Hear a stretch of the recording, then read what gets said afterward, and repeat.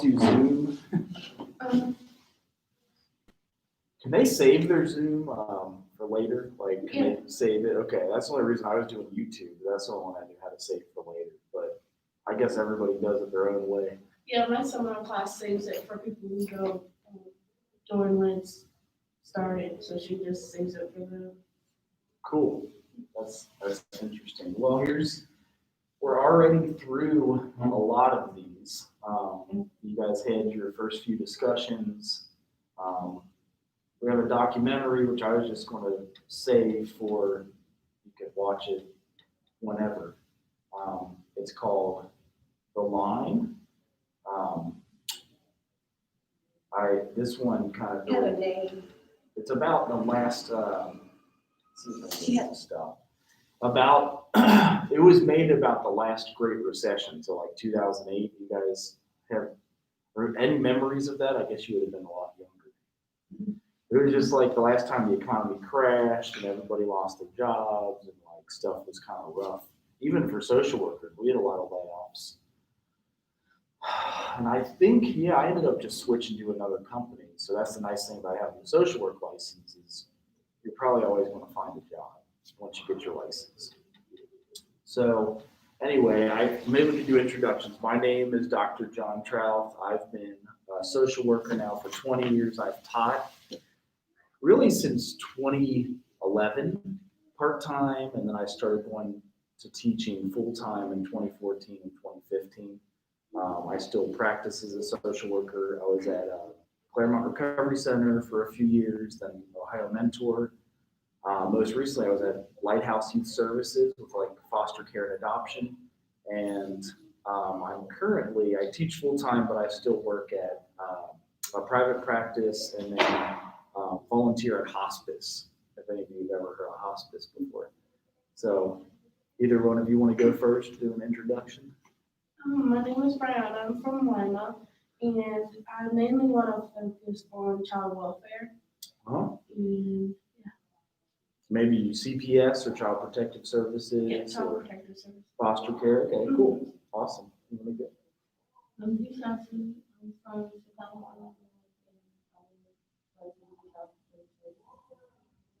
Awesome.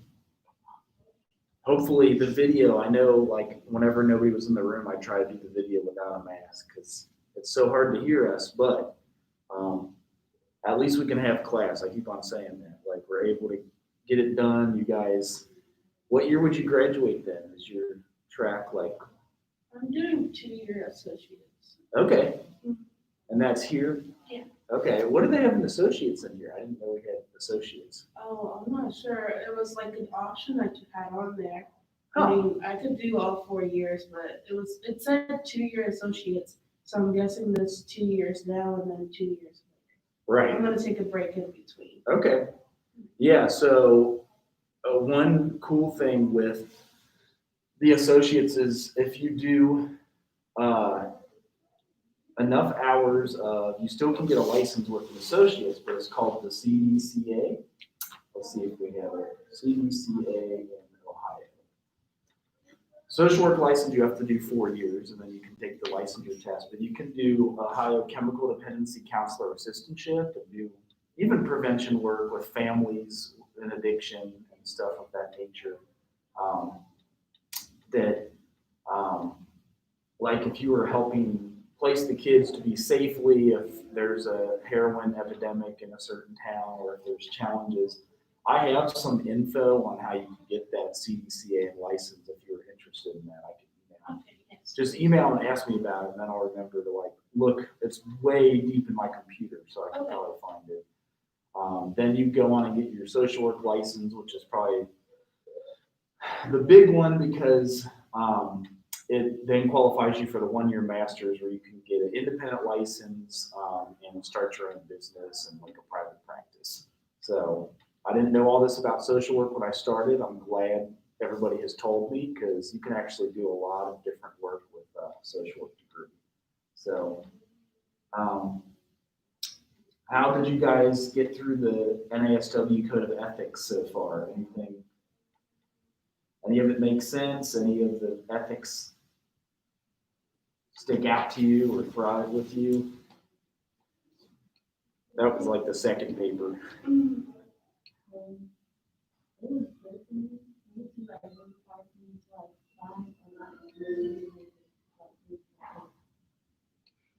It's hard to like see what it would look like in practice. It's hard to like, so it is our code of values and beliefs. Actually, I have a quick video to introduce us to it. I love that it's a free download, so you can always pull it up and see what's going on. So the values are defined and desired outcomes. Then the ethics are concerned with what is right, expressed as standards of conduct. We also have microethics, which is about your practice, and the macroethics to guide society, like food and housing, and like everyone should have access to healthcare, a food pantry, and affordable housing, and things of that nature. So I'm going to go ahead with the two quick videos I had on these. One of them is 2 minutes, and the other one is 5 minutes. So, and these are good channels. Actually, she has a lot of videos if you want to see a day in the life of the social worker. This is kind of what her channel is about. So we'll start with this one and then get deeper into the PowerPoint if the audio is okay. This is going to be a very brief introduction video about the National Association of Social Workers Code of Ethics 2017 edition. Okay, so what exactly is the Code of Ethics? The code is a guide for social workers. It outlines how a professional social worker should behave in everyday situations. When it comes to ethical problems, the code is kind of tricky because it won't tell you exactly what to do, but it will lead you in one direction or another when you take into account other factors of the ethical problem as well. So first, let's break down the format of the code. There are 4 sections: the preamble, the purpose of the code, the ethical principles, and the ethical standards. In the preamble, it talks about the social work mission and the 6 core values. If you are wanting to go into the social work profession, you should probably be familiar with what these are. So here you go. The primary mission of the social work profession is to enhance human well-being and help meet the basic human needs of all people, with particular attention to the needs and empowerment of people who are vulnerable, oppressed, and living in poverty.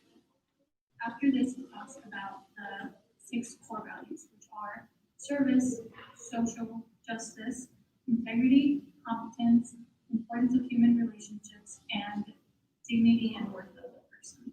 So after this, it talks about the purpose of the code, which we kind of touched base on. So the 3rd section are the ethical principles.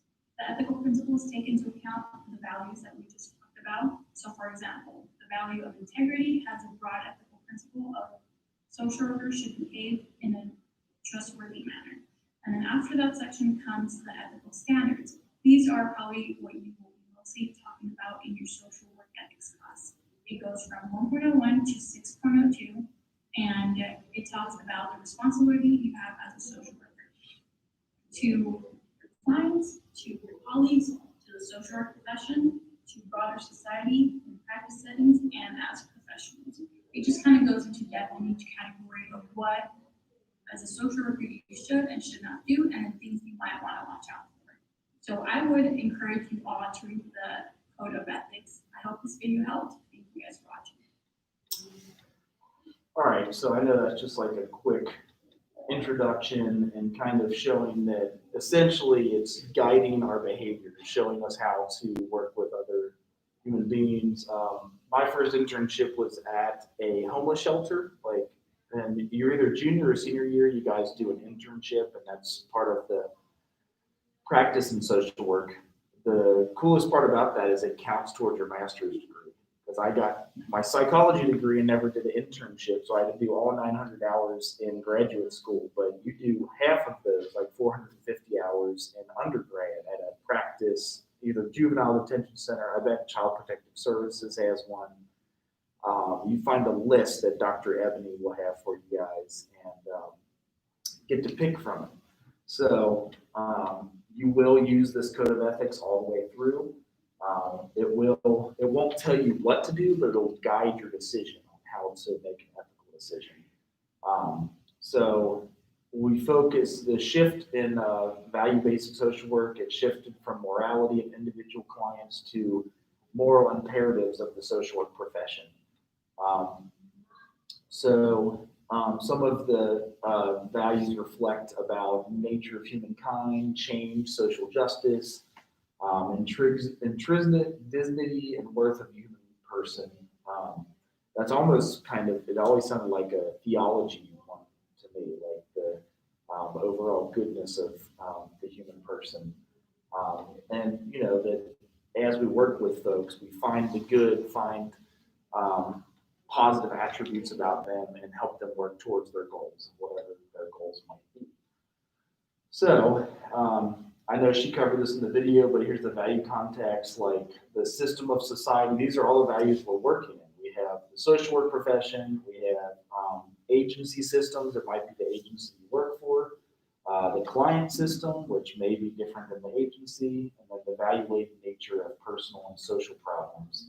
And then your own personal values. So, you know, like there are some things that you're allowed to have your own personal values, and they don't always match up perfectly with everybody else's. So that's something to keep in mind. So here's what it would look like in an ethical dilemma. You could have the problem, and you have the social workers kind of talking about what their values are to the client, who also has their values within this problem.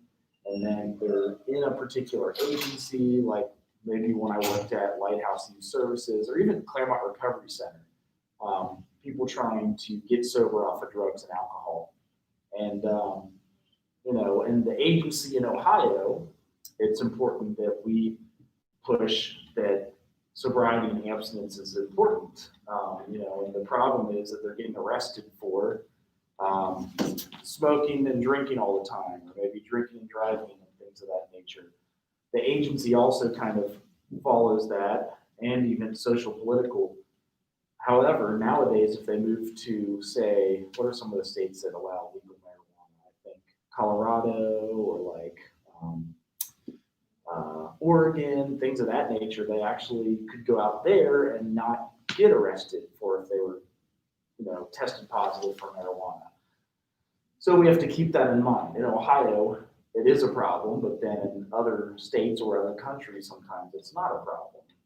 If it's not a problem for the person, if they're able to function and work well within that system, then it's okay. So that's where there's no definite answer, but it's just like lots of considerations of all the different things that could be going on within that. So the purpose of the Code of Ethics is these 5 here: to prescribe expectations for professional conduct, so it'll tell us what to do. It'll help you decide, guide your decision making, and provide a standard for assessing competence, and then regulate professional behavior and evaluate your professional performance. So with that, I'm going to get in. Any questions at this point? I want to get into the next part. It's making you fall asleep. You're like, it's okay. It is a lot. Thanks for watching Social Work Scrapbook. This is a little YouTube channel specifically for new social workers and prospective social workers that may be interning in the BSW, MSW, maybe even LCSW. Today, I'm talking about something called ethical dilemmas. Your guiding moral principles cannot determine what is right and what is wrong. The ethical dilemma, in other words, is just when you're feeling stuck, when you do not know what to do. Oh, if you've never been in an ethical dilemma before, consider yourself somewhat lucky, whether it be itty bitty, and I'll give you some examples. Should you friend the client that sends you a friend request? I would say no. I think that's crossing lines. Do I provide my business cell? Sure. Do I provide my office number? Sure. If they want to keep in contact, that doesn't bother me at all. If you have ethical dilemmas that you're going through now or you've had in the past, I wouldn't mind looking at the ethical dilemma and kind of telling you what I would do or I put in that type of situation, which I think helps a lot of social workers because we learn from each other's experiences. Because I know some people may have watched this video for straight answers on dilemmas. I'm being very general in this video because we never know what type of ethical dilemmas we're going to be faced with.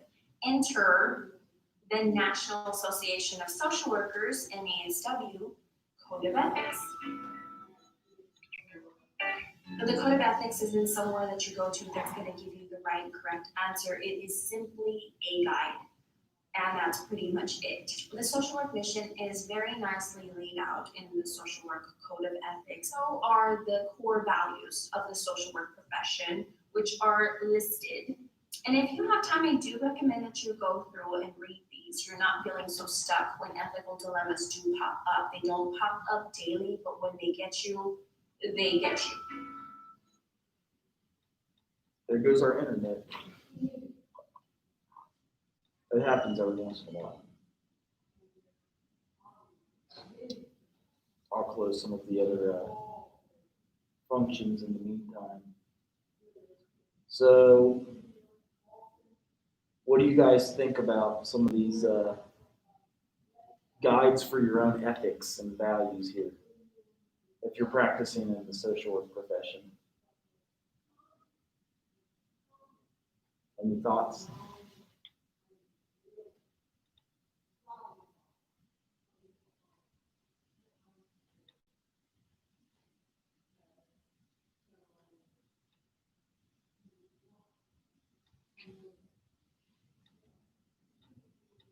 We at least made it halfway through. That's good. Okay, here we go. Today I'm going to go over the 14 steps that NASW suggests we go through when we are facing an ethical dilemma in the field of social work. I've also created a really nifty little PDF that you can print out by visiting my blog. The first guiding question is, why is this bothering me? And the second is, what is the primary dilemma? When we're in the field of social work, we're forced not to make our own judgments upon the client sitting in front of us. Oftentimes, clients are making decisions, choices that aren't gonna make sense in our personal mind. As a social worker, you have to approach it with a pretty unbiased lens. Let's just say that, and it can get very difficult. What is the primary dilemma? And sometimes it can just, red flags can start popping up out of everywhere. Our personal judgments, as I mentioned earlier, can start coming out. So then you move into questions 3 and 4, which are, is there an ethical issue involved? And if there is, who's being affected by the resolution? So it's good to kind of see who all the key players are and then who's gonna be immediately impacted. Then you want to ask yourself, what are the facts? And then going back to the values, what values are being challenged in this situation? Are some more important than others? Along with values, what ethical principles are being challenged and are some more important than others? Step number 8 is looking at all the options that are available. Are there any alternative courses that you haven't thought of? Out of all the options available or solutions, which one does the less damage to all persons involved? Step number 10 is, would you advise anyone else down this course of action in the future? Can it be universalized? You also want to review what the risks, what the consequences are of each alternative, and always keep in mind, what are your motives or anybody else's motives that may be involved? The last 2 steps are, am I being true to myself? You want to make sure that you're being authentic in session as often as possible. So is this true and authentic to who you are? And then your very last step is getting down to the nitty-gritty. What's your decision? In light of all of the previous steps, the last step is to make your decision, and hopefully by weighing the other 13 steps, we're at a decision that makes sense to us. And I would recommend getting supervision, talking to colleagues about the situation as well. Oftentimes, ethical dilemmas do not give us the opportunity to consult or supervise. Sometimes we don't have all the time in the world to do those things, but that's what these 14 guiding steps are for. Subscribe if this video helps you at all, or if you're interested in watching more videos that are more about applying social work in the real world. So she kind of lays it out well, just that, again, you're not going to be given the answer um, from the code of ethics. Like if you reference the code of ethics, it'll tell us our responsibilities, it'll tell us our duties, it'll tell us what we should do. Let's see if I can pause this one.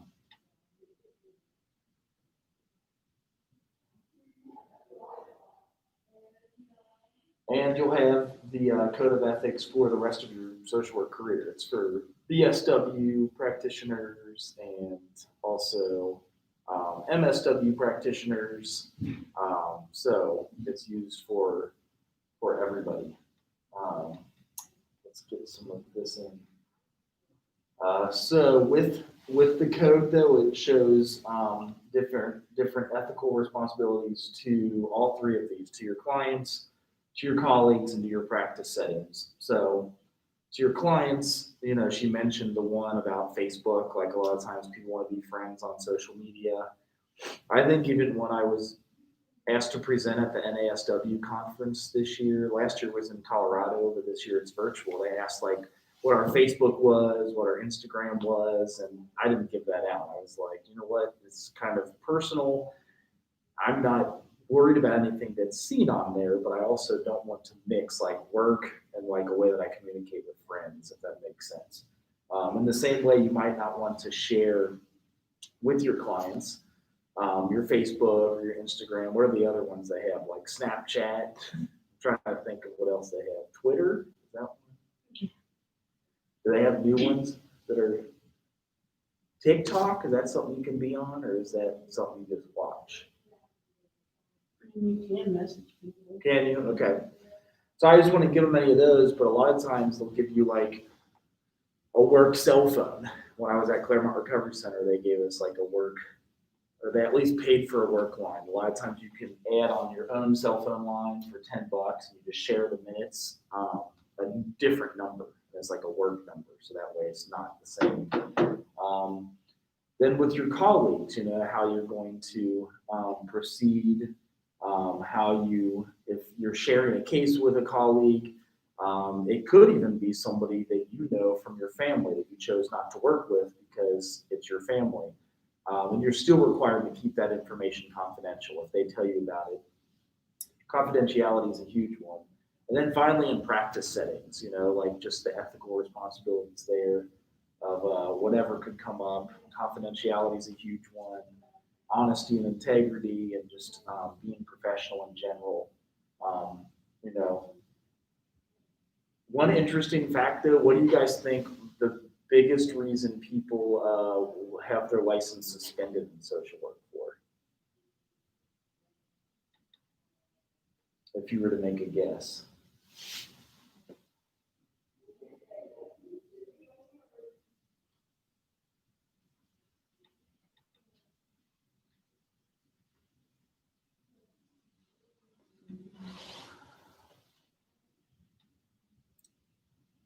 So when you finish with the bachelor's in social work, did you have a hand up?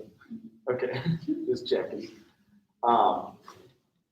You get a license, and we're supposed to do continuing education units because new stuff comes about, like there's new trainings, for instance, on trauma. And if you do fit, it's about 15 hours a year, 30 hours every 2 years when you renew your license. So it's like an hour and a half a month, which a lot of times the agency you work for will give those to you for free. But believe it or not, the number one reason people will lose their license is by not doing those. Just forgetting to do your continuing education unit. So it's a simple reason. Now they do also list everybody and why their licenses were suspended, or how it could be, like failed to meet education, experience, exam, or good moral character of the requirements of the revised code, violated any provisions of the code. So like there's a long list. A big no-no is having romantic relationships with clients. So that's written out clearly in the code. And social work, it's supposed to be, at least when I studied, it was for life.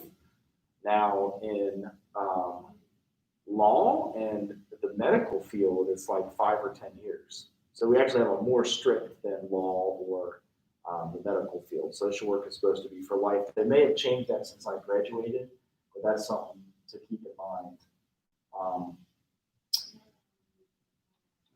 The next part. So the code of ethics also gives you ideas of what to work with as professionals. Also gives you ideas to the social work profession and then to the broader society. So actually this IFSW is what one of our next papers is on. It's called the International Federation of Social Work. And they have ethics in social work and statement of principles. So like they even have their own code for like overseas social work agencies. Have either one of you ever heard of the Peace Corps before? Can go do the Peace Corps in like the Jesuit Volunteer Corps. So a lot of folks, I lived in El Salvador and Nicaragua for a few years and learned Spanish and worked with a lot of the workers down there. And the U.S. government has funding to do work in war-torn countries or previously war-struggling countries with the Peace Corps and also the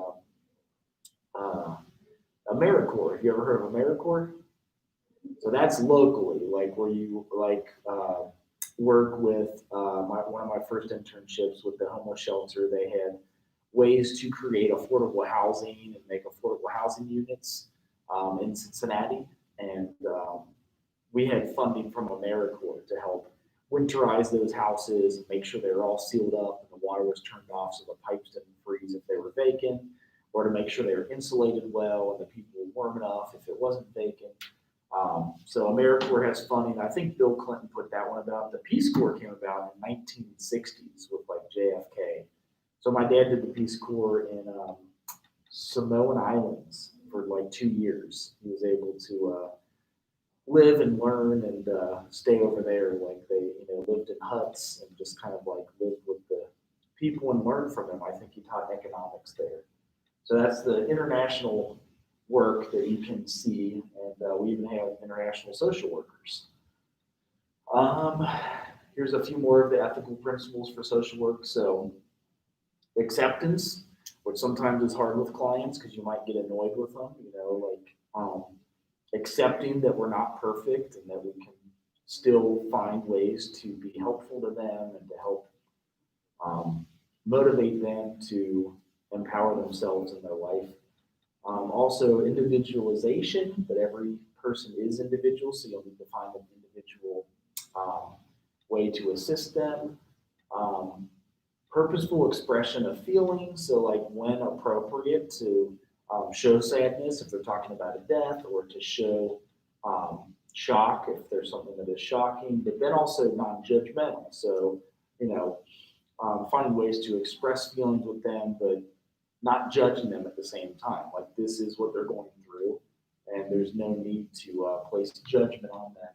And to stay objective, which is the same idea that we, don't tell them what to do. We don't always have the answer. That's one of the hardest things is we want to give all the answers, but the truth is we have to let the client decide on their own what they're going to do. So that's kind of what it will come down to. Some of the few last ones here, principles for social work, the controlled emotional involvement, self-determination. This is where we have the client choose what they're going to do, and it's not up to us. Even if I get court-ordered clients at like the Claremont Recovery Center, I say all these sessions are voluntary. If you come to see us, you voluntarily come, even if you're court-ordered. You can choose not to go. Yes, you may go to jail if you don't go, but it still is voluntary. Like we never force our services on anybody. This was a big one for me when working with refugees and folks that were struggling with poverty, is giving them access to resources. They're helping them find them a food pantry, helping find them affordable housing, case management if they wanted it. You always start your sessions off with confidentiality, where you let them know that everything is confidential, unless if they are a harm to self or a harm to others. That's the only time we have like the duty to report. And then we're accountable to somebody. So you have a supervisor that you always run stuff by, and they will help tell you what to do, which is helpful. So there's a chart at the end of this chapter that kind of goes through the effects of social work values and principles and action. So we try to do the opposite of victimization, which is empowerment. So when we're doing empowerment, the social work values and principles of uphold uniqueness and worth. We affirm the person's individuality and affirm their personhood. That's on this left side. On the right side, we're doing more of the barriers and potential effect. Stereotyping, we might try to control the client or give them advice instead of letting them make their own decision. We may manipulate, and the potential effect is that they're incompetent because they've never learned how to do things on their own. There's a failure to change, and then a dependency on the social worker. So we never want a person dependent on us as a social worker. We want to empower them to empower themselves and make the decisions on their own. The second one is in the middle, communicate non-judgmentally and with acceptance. So the empowerment side of that is that there's openness and lowered defenses. There's strength, a strength perspective. We use active listening and empathy, like we're empathetic with our client. The opposite is when we treat them as a victim, we blame them, we might use pity and sympathy and then focus on the deficits, and then the bad effects is that they become have defensiveness and then helplessness. So you always want to strive for this side. This is the side you don't want to get to. When we're following the social work values and principles of attaining objectivity, we help them gain perspective and affirm rationality. If we don't do this, we might have over-identification, even coldness and distancing.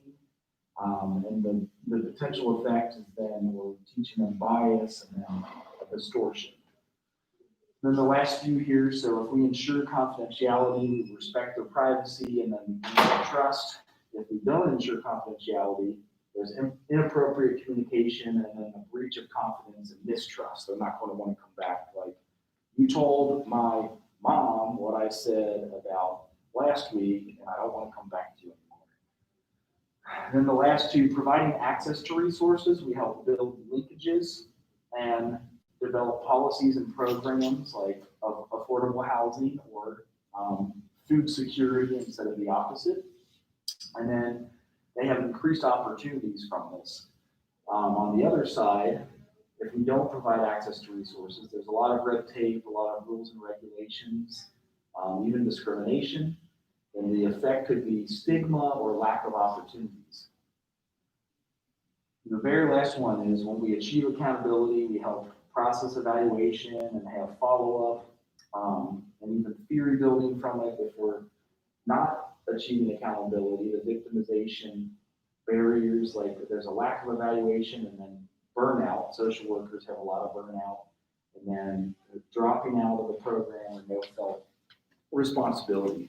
So does that make sense? That the left side is what we want to do, right side is what we could do and we strive not to do, and then the effects if we do it. So it's kind of an interesting chart to break all of this down. So getting into our last round here. Were you guys able to watch the documentary, The Line, yet? Mm-hmm. What did you think about it? I mean, anyone can get through poverty. A lot of those people, a lot of trauma happened, and that's the reason why some of them were in poverty. Mm-hmm. You don't have to watch it until tomorrow, but it's basically the next assignment. So it's due Saturday, October 3rd. But it's like a 45-minute video. I'm glad when they came out with it because they're going to make me show an ad. But there is a lot of good, there's even some recent ones about poverty that are kind of helpful. We'll probably get into these next. Searching for a home? Oh, Get more options to choose from. Zillow has the most listings of any online real estate site. and this is more of foster care and child protective services. So this may actually be one that will really interest you because it has 3 parts to it. They're really, really good. Oh, there's removed. So is that part 1? Yeah, this is part 1. And then 1 and 2 go together, and then 3 is kind of separate. But these are definitely a must-see. If you guys want to, we can actually watch it now. It's 12 minutes. Okay.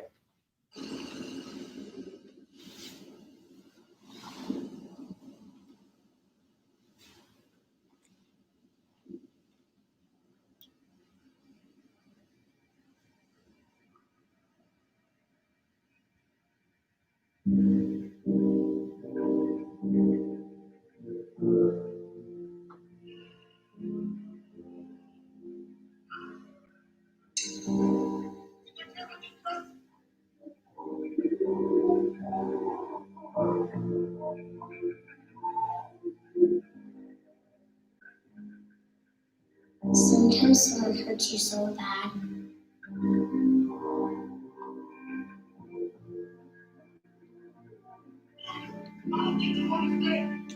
It stops hurting at all.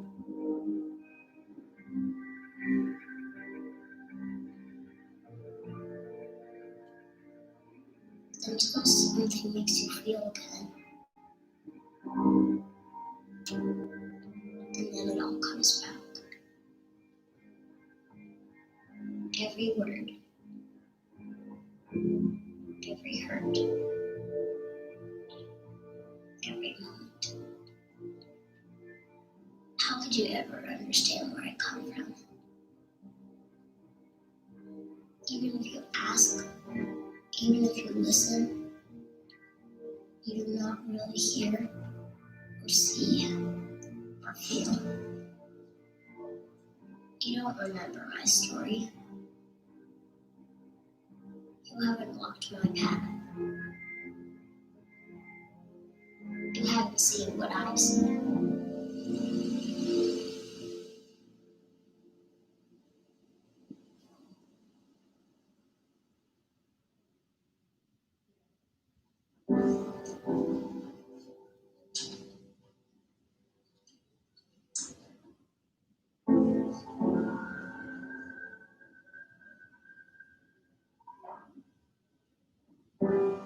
My past defines me. This is who I am.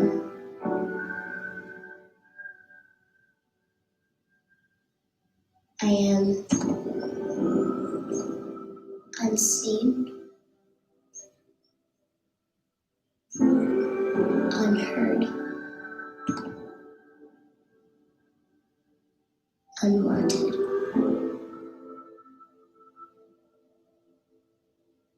That is what I am,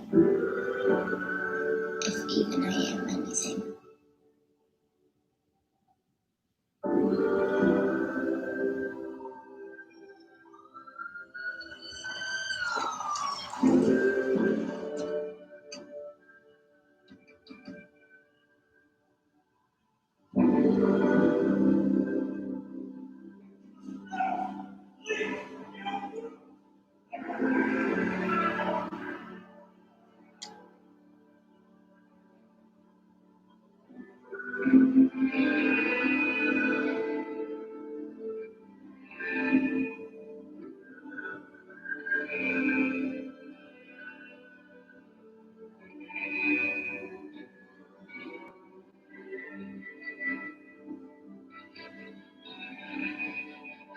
It seemed like the same thing that held me up forced me down. The world turned upside down, and order disappeared.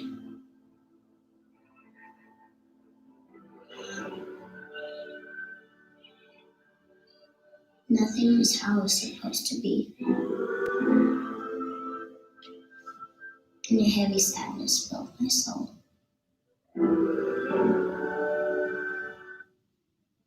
At Aspen Dental, smile for zero money down with zero worries. Plus pay zero interest and paid in full within 18 months.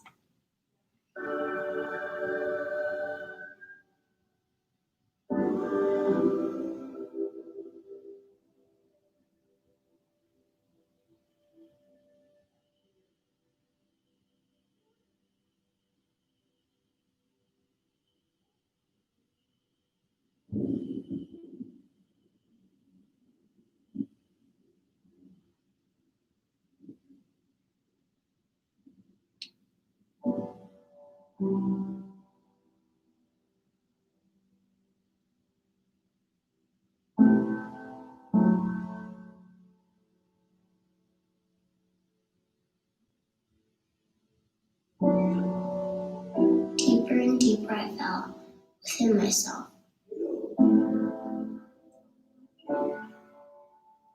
And nothing could draw me out.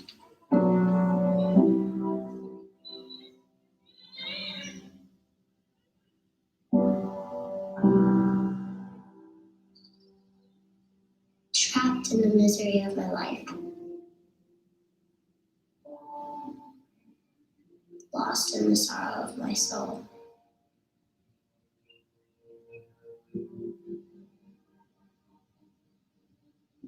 Unable to see the light.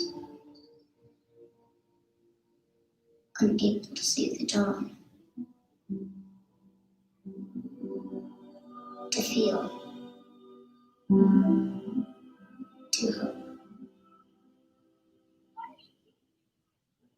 To dream.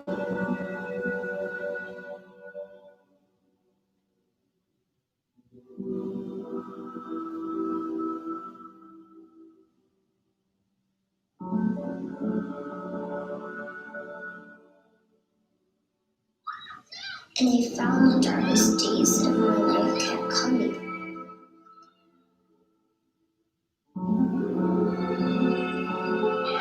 The blackest nights for my soul never stopped.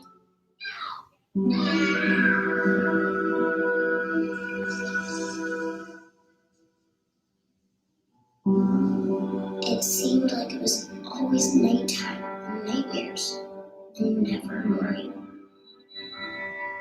It made me wonder why, but mostly you try not to think about it. And try to get by and try to survive. And all the other stuff seems so much like nothing compared to just wanting the most important things back again. Like wishing you could see your mama's smile again and hear her sing that one favorite song that always calmed you down when things were all messed up. Or if you couldn't have her back, at least get to take care of your baby brother. Because you know he needs you. He's gonna be so scared all alone. And who's gonna hold his hand and whisper it'll be alright to him? And who will whisper it to me?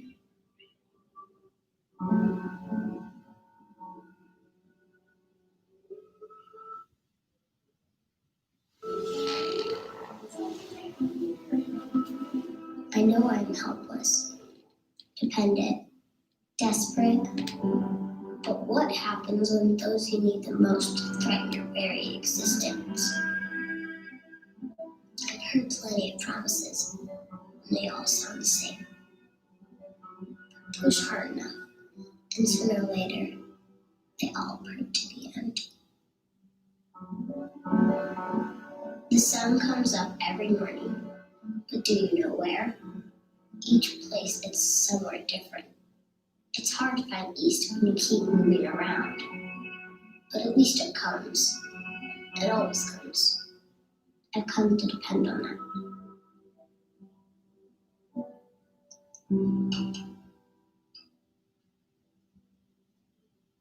And slowly seasons changed around.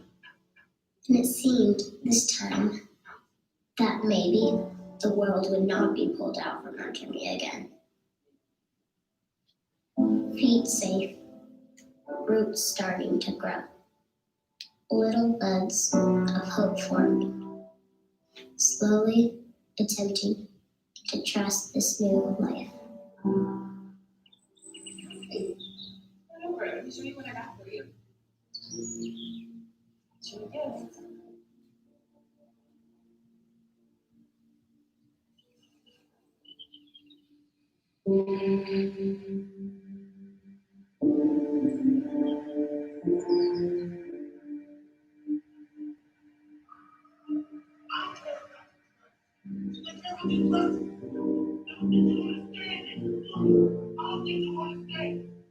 I wish someone would tell me it's gonna be okay.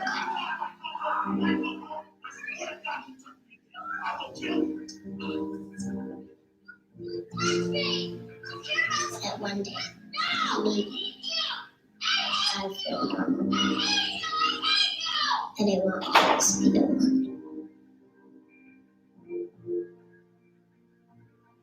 Then I'll have a mommy who will hug me and be strong for me. Because maybe I can't do it all by myself.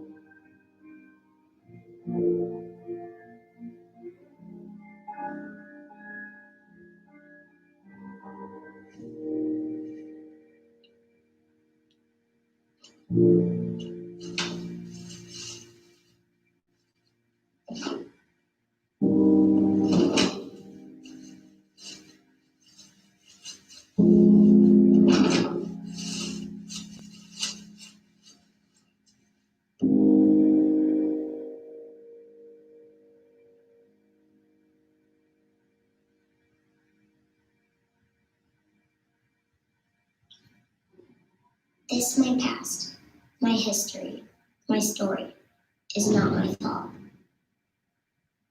It's not because of me. It doesn't have to be what defines my future.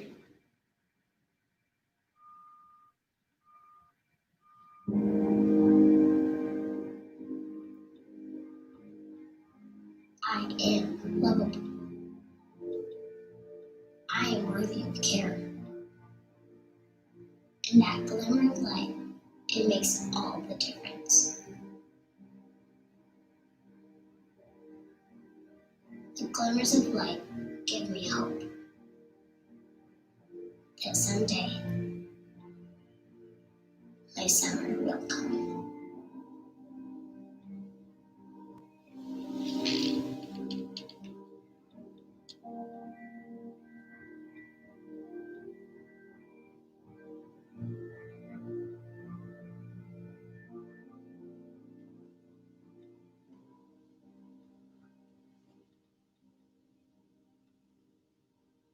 So that's the first part of removed. The second half, you guys can watch over here, and then they have a third one that's with different characters. So it's kind of powerful with the foster care and how the good work CPS can do. Like that's one of the jobs social workers do, is help place children to be safe. There's also social workers that help work with the families and keep them together. If it is domestic violence situation like you saw in the beginning, or alcoholism to help them get sober, overall family reunification is the number one goal. Well, you always want to keep families together. So that's like the most important. Have you ever heard folks say that all social workers ever do is take kids from families?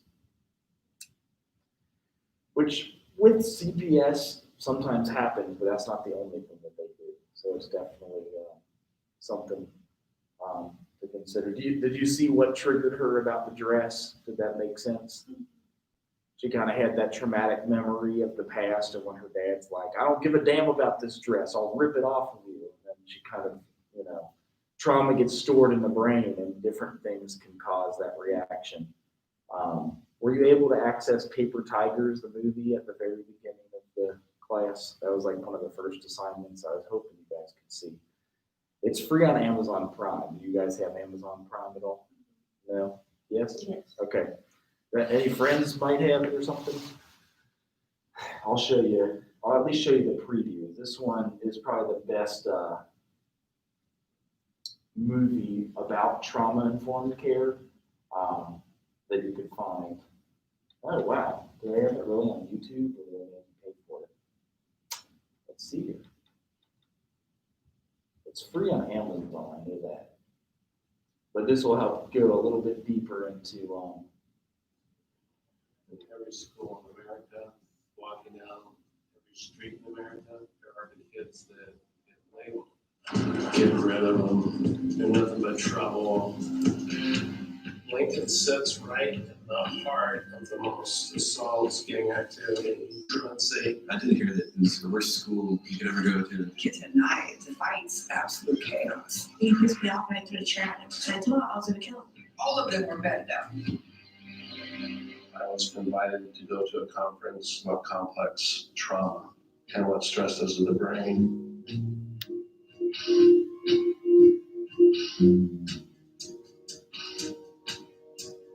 The behavior isn't the kid. The behavior is a symptom of what's going on in their life. My mom was like, you're shammy. She's the only thing I had. And for her to abandon me like that. His coping mechanism was drinking a ton, smoking a ton. I remember one night, I didn't want to be alive. It hit me, and it hit me really hard. You have to unconditionally love them, and you have to believe that their behavior might be out of their control. I love playing the guitar with several of these guys. They're like that, almost as strong as anything we've ever done in class. After that, he wasn't only a discipline figure, he was a friend. Half of the student body had no purpose before she cared.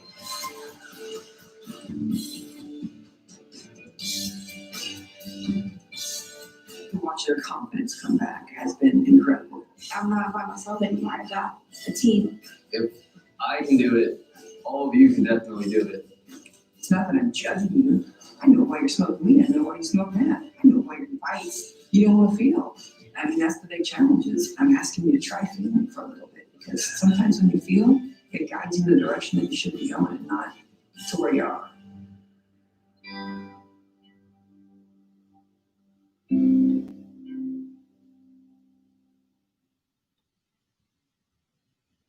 So if you have a second, watching that one is also definitely well worth it. Try to find a friend who has Amazon Prime because it is free. Let's see here.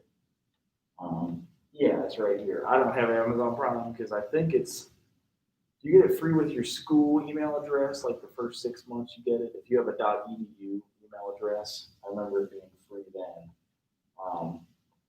And then it is free. But really goes into trauma-informed care and kind of real helpful stuff about trauma and what some of the social workers do in those areas. So, any questions about stuff at this point? Even the syllabus and like what you have for assignments. There'll be a discussion board every 7 or 10 days, but then the assignments are all of them listed in the syllabus. I'll just put them up as they come due.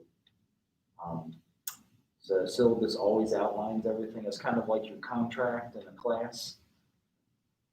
There's like the most of the papers, if I can get them. So yeah, the social work is a career paper, values assignment, we've already done. Next one is global social work paper.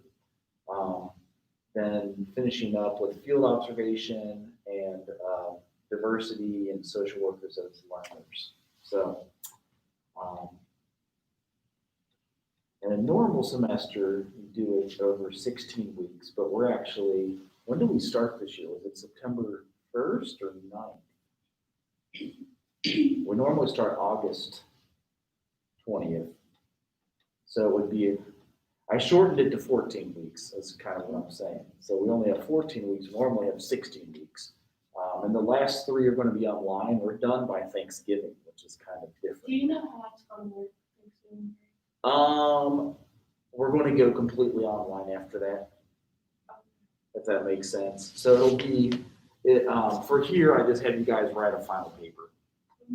It's called a self-evaluation paper. So you can do that online. There'll probably be like 1 or 2 more discussion boards the week after Thanksgiving, and then the week before finals, and then it'll be it's called a self-reflection paper.